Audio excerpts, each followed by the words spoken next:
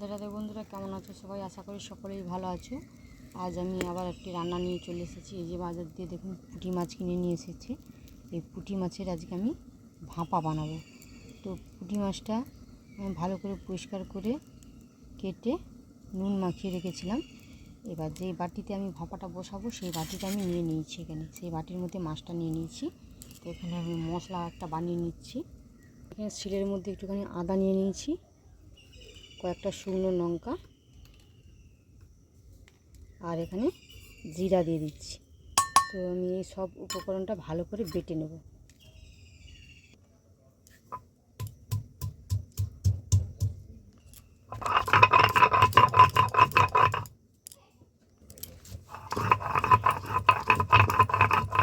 মশলাটা আমার বাটা হয়ে গেছে।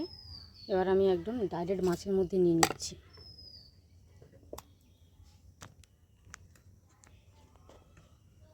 হলুদ, নুন, সরষের তেল।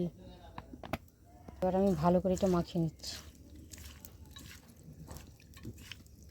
আর একটু আমি জল দিয়ে দিচ্ছি মশলা উপর দিয়ে দিচ্ছি। আমি পেঁয়াজ একটু দিয়ে দিচ্ছি, আর এখানে টমেটোর কুচানা দিয়ে দিচ্ছি একটু, আর এখানে কাঁচা লঙ্কা দিয়ে দিচ্ছি। ঢাকনাটা লাগিয়ে আমি এবার বসিয়ে দেবো। এখানে আমি কড়ার মধ্যে জল দিয়ে দিয়েছি, জলটা ফুটে গেছে। এর মধ্যে টিফিন বাটিটা দিয়ে আমি ঢাকনা লাগিয়ে দিচ্ছি। ঢাকনা লাগিয়ে আমি 10 মিনিট রান্না হতে দেবো। ফিরে আসছি 10 মিনিট পর। 10 মিনিট হয়ে গেছে, আমি ফিরে এসেছি। তো দেখুন এবারে মাছের কৌটাটা আমি নামিয়ে রাখছি গরম। তো কৌটাটা আমি নামিয়ে নিয়েছি। কৌটাটা একটু ঠান্ডা হতে থাক, তারপর আমি খুলে দেখাবো মাছটা কেমন হয়েছে। টিফিন কৌটাটা ঠান্ডা হয়ে গেছে, আমি এবারে খুলে দেখতেছি টিফিন কৌটাটা।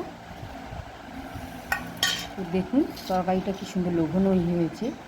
এর উপর দিয়ে আমি আরেকটা ছড়িয়ে দিচ্ছি। আমি এখানে 2 চামচের মতো নিয়েছি টক দই, বিট লবণ দিয়ে ফেটিয়ে রেখেছিলাম। এই টক দইটা আমি উপর দিয়ে ছড়িয়ে দিচ্ছি। দেখতে যতটা সুন্দর লাগছে, খেতে ততটাই ভালো লাগবে। তো আমি এখানে টক দই 2 চামচের মতো দিয়ে দিয়েছি। তো আপনারা তো পুঁটি মাছের ঝাল, টক অনেক রকমই খেয়েছেন। এইভাবে পুঁটি মাছের ভাপাটা খেয়ে দেখবেন, কেমন লাগে আমাকে অবশ্যই কমেন্ট করে জানাবেন। আর আমার রান্নাটা যদি ভালো লাগে আমার চ্যানেলটি সাবস্ক্রাইব করে পাশে থাকবেন। তো এটা আমি এখন গরম ভাতের সাথে পরিবেশন করছি। তো এখানে আমি পেঁয়াজ নিয়েছি, একটু শাক ভাজা আর একটু চচ্চড়ি নিয়েছি। তার সাথে আমি একটু এই তরকারিটা দিয়ে দিচ্ছি। এবার গরম ভাতের সাথে পরিবেশন করব।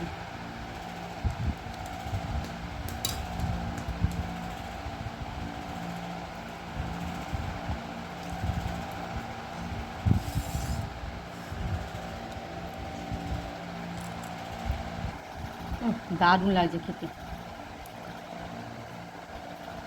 এইভাবেই এক থালা ভাত শেষ হয়ে যাবে, আর কিছুই লাগবে না। তো আপনারা ওরকম বানিয়ে খেয়ে দেখবেন। আবার একটি রান্না নিয়ে আমি আসবো।